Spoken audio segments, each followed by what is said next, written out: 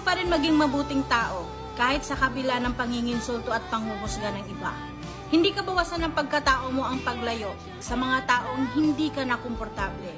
Lagi mong tandaan, huwag mong ipilit ang sarili mo sa mga taong ayaw sa'yo.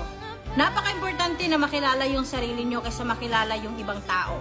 Huwag niyong hayaan yung mga sarili ninyo na lamunin kayo sa depresyon na magiging dahilan para maging toxic kayo. Baguhin ka man ang sama ng loob pero lagi mong tandaan, ang sarap pa rin mabuhay kapag mabuti kang tao. Amping,